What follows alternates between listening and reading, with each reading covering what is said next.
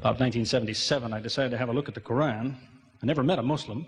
I lived 100 kilometers from the nearest Muslim. See, what interested me was what non-Muslims said about Muhammad. There are books and books written about Muhammad that tell you, one thing we know for sure about this man, he had an outside source of information. One book I've got says the Quran was written by a committee, because they've established so well that there's information in there that an Arabian shouldn't have known. He must have had someone from the outside bringing him this information. So they say, one thing we know for sure, he had an outside source of information. Now, he said this book was a revelation. So they say, you see, he was a liar. He got it from somewhere, he put it in a book, and he gave it to someone, telling him it was from God. He was a liar. Other people write books and books on the subject of Muhammad, and they say, one thing we know for sure, he thought he was a prophet. He was crazy. Because they look at his life very carefully, and they see episodes like, for example, when he hid in the cave with Abu Bakr. He was running from the whole city who wanted to kill him, and he hid in the cave, and when the Meccans came running up to the cave to kill them, what did he say to his friend? Did he tell him, see if you can find a back way out of the cave? What he told his friend was, relax.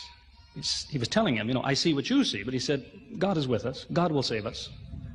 So people on that basis, they say, you see, he thought he was a prophet. He thought God was with him because he said things like that. He wasn't a liar. They never seem to realize that one man can't be both. So you can't be a liar and a crazy man at the same time. If you think that an angel gives the words of God in your ear, and somebody says, I have a question for you, what does God tell you about this thing? I want to hear an answer tomorrow. If you're a crazy man, if you think an angel whispers in your ear, then you don't sit up that night thinking, what will I tell him tomorrow? What can I find? Who knows the answer? You're crazy. You think the angel will tell you the answer. You don't go and look it up somewhere. You see, you can't be a liar and a crazy man at the same time.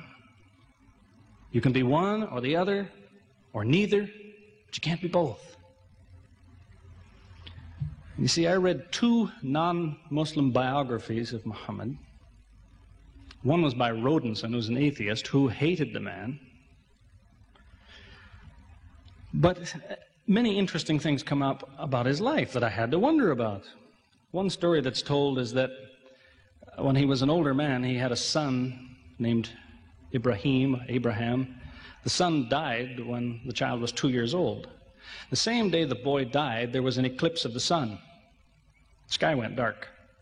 And the Muslims came running to their prophet and said, look, it's a miracle. Your child died and the sky went dark in sadness. It occurred to me, see, if he was a crazy man, he'd probably believe what they said. He'd probably think, yes, it's a miracle. My child died, the sky is dark. Yes, it's a miracle. If he was a crazy man. If he was a liar, he would have taken advantage of it. He would have said, yes, right, my child died, the sky is dark, you tell everyone, it proves I'm a prophet. It's a miracle. But what did he do? He became angry with the Muslims. He told them that was nonsense. He was angry with them. How dare you say that? He said, the sun and the moon are signs of God, and they don't worry themselves about the birth of a man or the death of a son of Muhammad. Doesn't look very crazy. Doesn't look much like a liar.